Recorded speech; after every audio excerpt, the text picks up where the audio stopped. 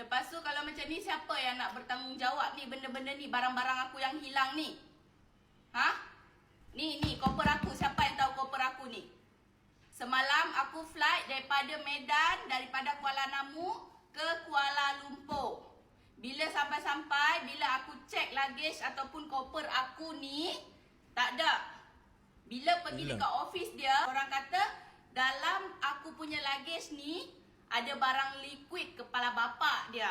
Barang liquid apa? Jadi cecair ialah perfume. Okey, perfume daripada Indonesia yang aku beli, nak bawakan hadiah ke sini. Aku beli tak banyak pun, dalam 10 macam tu je. Okey? Dalam 10 macam tu. So, diorang kata diorang akan dapat keputusan daripada kita, persetujuan daripada kita untuk buka luggage ni dekat Indonesia sana. Lepas tu dia akan hantar ke Malaysia. So hari ni aku dapat koper aku, korang tengok apa yang diorang rampas dan apa. Bukan rampas lah, diorang curi. Curi cuy. Pencuri. Yang kerja dekat Kuala Namu tu, siapa yang cek luggage aku, siapa yang cek koper aku, kau pencuri. Okay? Ganas. Ni. Okay? Kau tengok ni barang aku. Kalau perfume aku tak boleh dibawa ke Malaysia, kenapa korang tinggalkan 2 ni je? Yang lain mana? Yang aku beli lain mana? Andai kata kena bayar cukai pun aku akan bayar. Aku tak kisahlah. Tapi jangan mencuri. Faham tak? Kau faham tak mencuri? Mak bapak kau ajar kau mencuri ke? Aku beli banyak tau. Aku beli pun bukan mahal benda ni. Kau tak ada duit ke? Tak cukup gaji ke? Kau kerja situ sampai mencuri barang orang? Kata perfume tak boleh naik flight ataupun perfume tak boleh masuk luggage, korang ambil je lah semua. So aku taklah sakit hati. Ini masalahnya, yang ni je tinggal 2 ni. Yang ni. Dan yang bestnya korang tahu apa tak? Perfume suami aku yang mahal, yang Chanel diorang pun ambil. Kalau nak ambil yang baru lah, tak payah ambil orang punya yang dah pakai. Okey, betul. Memang Poinnya di lah sini. korang. Kat Malaysia, orang Malaysia diorang tak tahu apa. Biasanya pun diorang tahu je panggil. Encik ini, puan ini, ibu ini, bapa ini boleh panggil kalau ada barang terlarang dalam ni. Tapi kenapa korang tak panggil kami masa tu? Okey, betul. So sekarang ni jadi pelajaran lah buat korang yang dekat Kuala Namu tu, yang nak terbang ke mana-mana tu, jangan letaklah barang berharga dekat sini.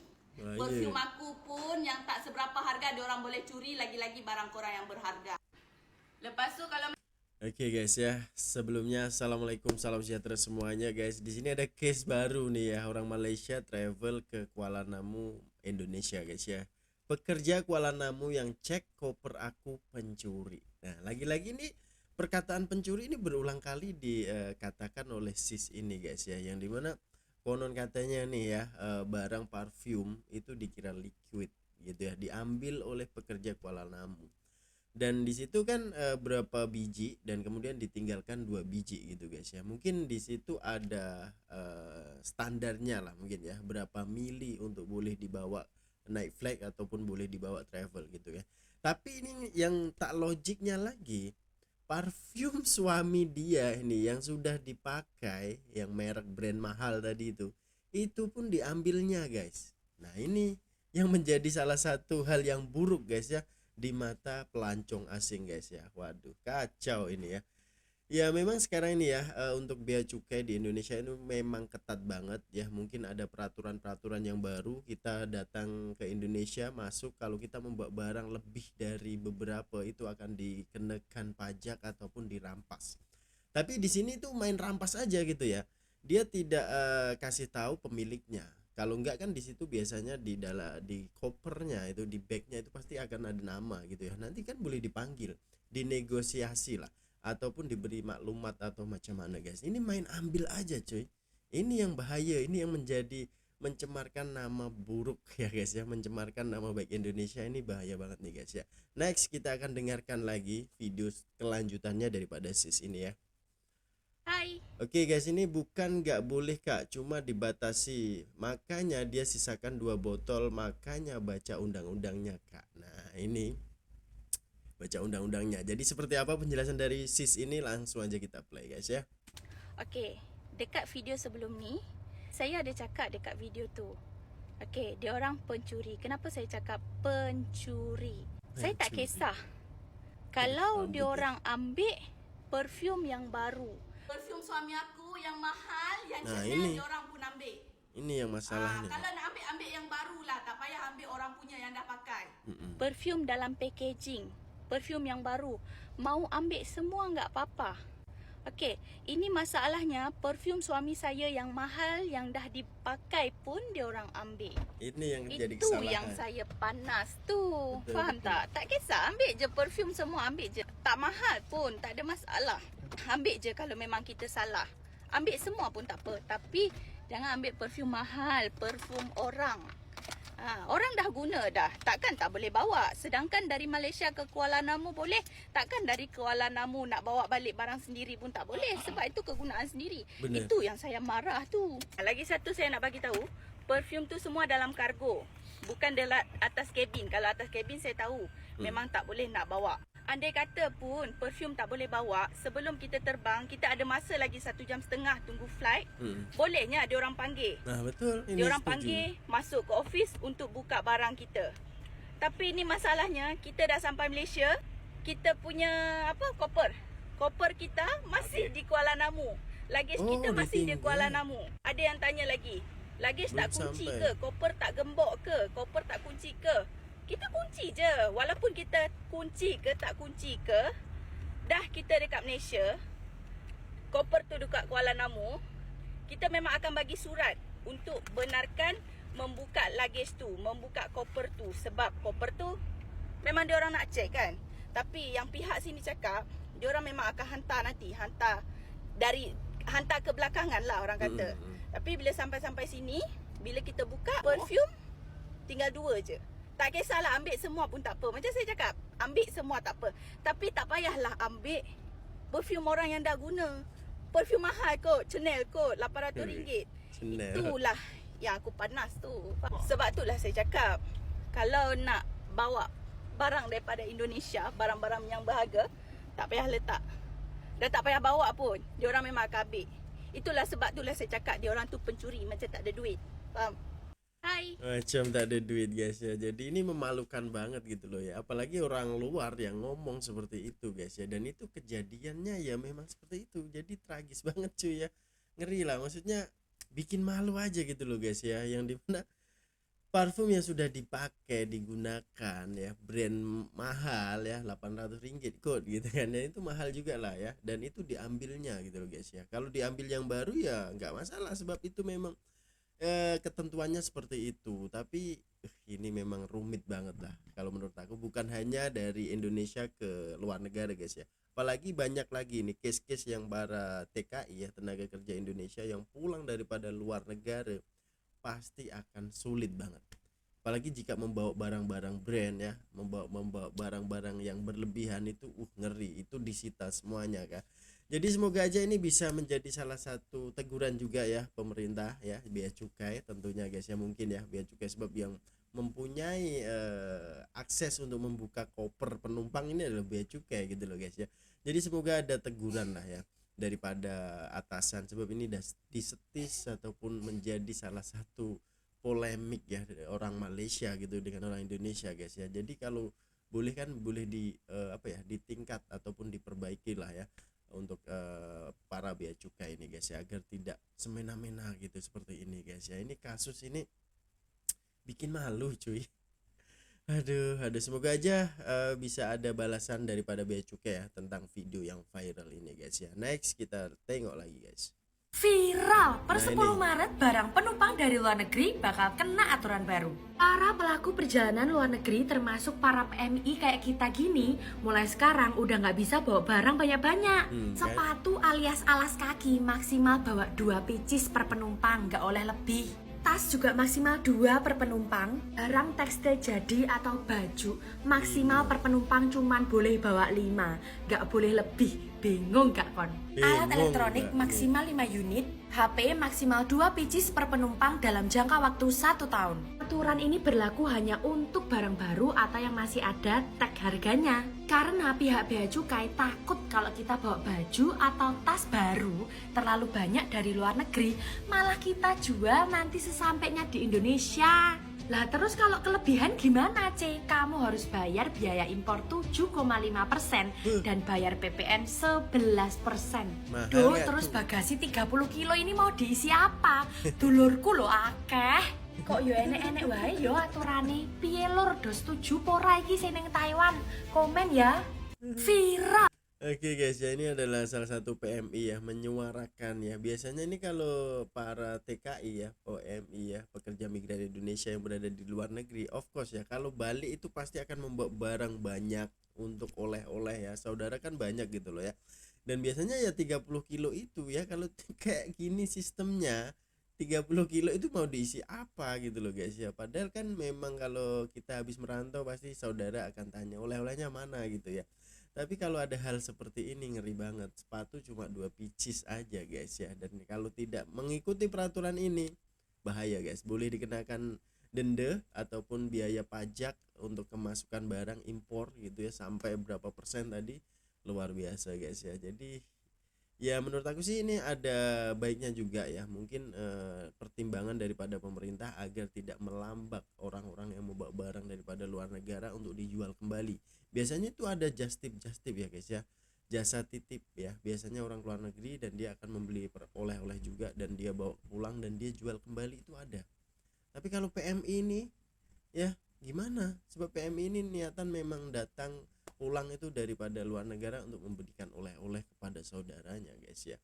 Ini per tanggal loh udah mulai guys ya. Ini PMI pasti pada nggak setuju sih ya pada TKI ini guys. Next. Bea Cukai viral karena 3 kasus di sosial media. Ya ampun, kok bisa sih? Bener. Jadi ada 3 kasus Bea Cukai jadi sorotan nih bro. Pertama, kasus action figure yang pajaknya nggak ngotak. Kasus influencer yang beli sepatu harga 10 juta tapi kena bea masuk 31 juta. Sampai kasus alat kebutuhan anak SLB sumbangan dari Korea kena denda ratusan juta. Lu bisa bayangin nggak sih bro seberapa panik Bea Cukai saat ini? Gimana nggak panik coba? 3 kasus ini buat geram netizen seluruh Indonesia. Bener. Nah, nggak cuma itu aja, mereka juga sampai didatangi nih Ibu Menteri Sri Mulyani karena tindakan konyol para oknum Bea Cukai di Soekarno-Hatta. Gimana nggak didatengin coba? Mereka berturut-turut bikin viral di sosial media. Nah, dikutip dari detik.com, menurut salah satu anggota Komisi 11 DPR RI, pihaknya banyak menerima keluhan warga negara Indonesia yang baru pulang dari luar negeri terkait sistem Bea Cukai.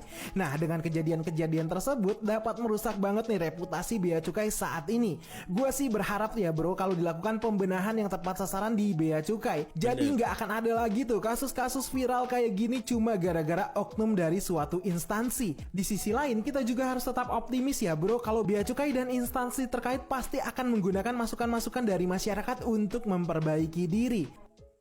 Bea Cukai viral karena 3 kasus di sosial 3 kasus di sosial media dan itu memang kasus itu viral banget guys ya.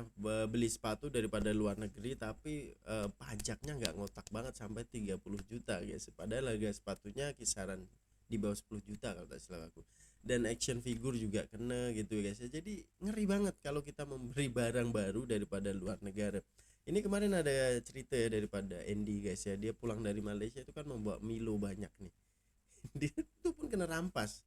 Daripada dia bayar cukai mahal kan ya, dia rampas guys ya. Jadi dia ikhlasin aja, padahal dulu nggak seperti ini gitu loh guys ya. Jadi ini kasus seperti ini tuh di Soekarno-Hatta tepatnya guys ya. Kalau di daerah mungkin sudah berlaku juga ataupun tidaknya guys ya, tapi sekarang ini sudah mulai diadakan untuk apa ya guys ya, barang-barang yang daripada luar negara itu agar tidak melambak di Indonesia guys.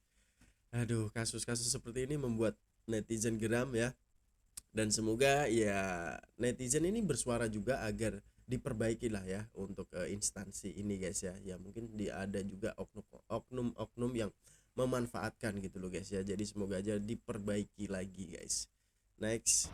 Kantor Bea Cukai Soekarno-Hatta resmi dilaporkan oleh seorang pengusaha asal Malaysia bernama Kenneth Goh yang merupakan Direktur Speedline Industries ke Kejaksaan Agung RI. Pihak Bea Cukai dilaporkan atas dugaan penyalahgunaan wewenang atas 9 unit mobil mewah. Kenneth melalui kuasa hukumnya Johnny Politan dari kantor OC Kaligis and Associates menjelaskan, kronologi dugaan tindak pidana penyalahgunaan wewenang terhadap 9 unit mobil sebagaimana dimaksud dalam pasal 421. Kami kuasa dari saudara Kenneth Ko dari Malaysia. Kami adalah dari kantor pengacara OC Kaligis and Associates. Kami datang ke Kejaksaan Agung ini untuk melaporkan tentang peristiwa yang berkaitan dengan mobil-mobil mewah. Itu ada 9 unit mobil yang masuk ke Indonesia itu dengan tujuan untuk pameran. Yang seharusnya itu di re-ekspor. Jadi kegunaannya itu hanya untuk kepentingan pameran. Selesai pameran itu sudah harus dikembalikan ke negara asal. Nah, itu didukung oleh dokumen-dokumen yang berkaitan dengan aturan-aturan bagaimana penggunaan mobil-mobil yang akan dipakai sebagai pameran. Tapi faktanya sampai hari ini mobil tersebut, mobil-mobil itu ada 9 unit itu yang terdiri dari Rolls Royce, Aston Martin, Lamborghini, Aston Martin DB11, Aston Martin, ada McLaren, Lamborghini adalah 3 unit Lamborghini. Itu sekarang itu ada di posisi di Bea Cukai. Di Bea Cukai Soekarno-Hatta, dan dalam perjalanannya itu kemudian pemegang dokumen itu adalah klien kami yang bernama Kenneth. Itu bermaksud untuk melihat kondisi mobil karena beberapa waktu yang lalu pihak Bea Cukai telah menerbitkan surat yang berkaitan dengan denda dan punya kewajiban harus mobilnya harus dikirim keluar.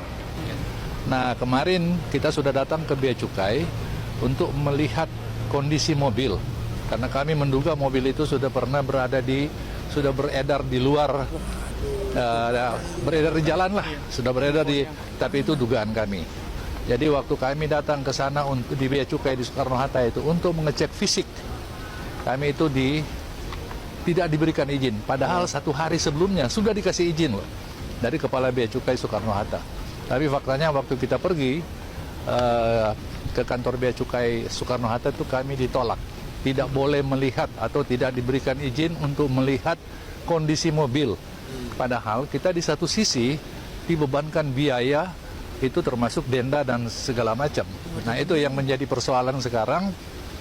Kami menduga ada hal-hal yang berkaitan dengan penyalahgunaan wewenang, itu pasal 421 oleh pihak Bea Cukai Soekarno-Hatta.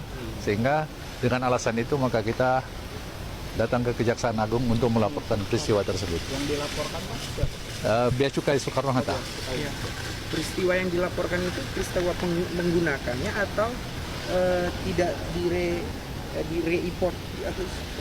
Pada intinya itu re-ekspor ya. Cuma persoalannya sekarang ini kan ada di Bea Cukai. Ini kan sudah ditaruh di Bea Cukai. Yang seharusnya itu kalau seandainya kita tidak bisa membayar denda, harusnya Bea Cukai sudah melelang. Tapi itu ada dugaan kami, itu beredar di luar. Jadi sudah dipakai oleh pihak swasta kemungkinan ya. Kemarin kita sudah debatkan soal itu di kantor Bea Cukai. Tapi kita tidak bisa masuk ke ranah itu karena itu kan sesuatu yang kita tidak bisa lihat. Kita belum tahu persis seperti apa tuh. Kita baru mau ngecek fisiknya ada atau tidak. Dan kita pergi ke sana tidak dikasih izin. Tapi kami sekalipun tidak dapat izin karena itu mobilnya disimpan di tempat di gudang swasta, milik swasta ya, kira-kira seperti itu. Menurut keterangannya Bea Cukai swasta. Menurut keterangannya itu swasta. Nah, itu swasta ya, kebetulan kita buktikan bahwa memang betul itu di tempat swasta. Mobilnya ada di dalam karena ada segel ya. Iya. Itu jadi tempat penyimpanan mobil ya ini disegel oleh pihak swasta. Padahal itu dititipkan untuk, jadi sudah dibawa tanggung jawab Bea Cukai karena sudah diserahkan kepada Bea Cukai. Kira-kira gitu. Apakah serahkan itu hanya sifatnya dokumen, fisiknya tidak ada? Itulah maksud kita untuk mengecek fisik. Kira-kira gitu gambarannya. Ditahan dari tahun berapa, Pak? Itu dari sekitar tahun 2022. Bukan pameran apa? Pameran ya itu pameran nanti mobil. Itu pameran mobil aja. Jadi setiap kali ada pameran mobil itu dipakai. Ya pameran mobil sport. Ya, mobil-mobil itu ya. Pameran-pameran mobil mewah. Lagi Pak. Oke. Itu yang sebagai tambahan ada kemungkinan ini sudah diperjualbelikan. Itu dugaan kami ya. Iya, dugaannya. Sudah diperjualbelikan sehingga untuk mengecek fisik ini ada kesulitan. Kalaupun fisiknya ada, kemungkinan data-datanya itu sudah berubah. Itu kemungkinan, atau kemungkinan ada yang mengklaim bahwa saya sudah beli atau lain-lain ya. Kita nggak tahu. Nanti Kita nggak tahu, makanya itu kan nanti perkembangannya nanti setelah diperiksa oleh Kejaksaan Agung. Apakah itu dalam waktu dekat ini menemukan hal-hal yang berkaitan dengan 421, ya itu nanti itu kemudian nanti di penyidik yang menentukan. Aduh, kacau guys ya, kacau. Ini selanjutnya gimana ini ya proses ini guys ya? Sebab ini tuh menjadi dugaan bahwa mobil ini sudah diperjualbelikan, bahkan sudah ada di jalan raya gitu loh guys ya. Sebab intinya ini waktu mau diadakan pameran, jadi mobil-mobil ini tuh diambil daripada Malaysia, didatangkan ke Indonesia, dan kemudian setelah pameran mau diambil balik ke Malaysia itu nggak bisa gitu loh guys ya, nggak boleh. Dan ternyata ini sudah 2022 loh guys, jadi sudah cukup lama, dan ini kasus ini baru diangkat kembali untuk ngambil lah ya, sebab itu ada 9 mobil mewah gitu, mobil sport dan juga mobil-mobil mahal eksklusif pastinya guys ya. Dan ini diduga itu sudah diperjualbelikan. Jadi untuk pihak Kenneth Co ini datang untuk ngecek ataupun investigasi mobilnya itu aja dipersulit gitu ya. Apakah di gudang itu masih ada mobilnya ataupun sudah tidak ada, itu nggak tahu cuy. Waduh, ini juga masalah bea cukai lagi gitu ya, lagi dan lagi bea cukai menjadi salah satu hal yang ditakuti ini ya guys ya, kalau kita apalagi ini tentang bisnis ya guys ya, tentang bisnis, padahal hanya untuk pameran aja loh ya, bukan untuk diperjualbelikan di Indonesia, tapi kok dipersulit kayak gini guys. Waduh, ngeri. Ini kita harus diusut tuntas dan harus selesai guys ya, sebab ini mau ngambil hak miliknya gitu loh, hak milik Kenneth Co itu sendiri, tapi dipersulit dan disusah banget gitu loh guys ya. Jadi apa pandangan kalian guys ya, menurut Anda tentang adanya kasus bea cukai ini yang dimana-mana ini, dari segi parfum kecil sampai ke mobil mewah cuy, itu tidak ada habisnya dan belum selesai guys ya. Jadi silahkan tinggalkan komen yang terbaik Anda guys ya. Mungkin sekian dulu untuk video kali ini ya, terima kasih yang sudah klik video ini, jumpa di video selanjutnya guys. Peace, love and respect from Indonesia, bye bye.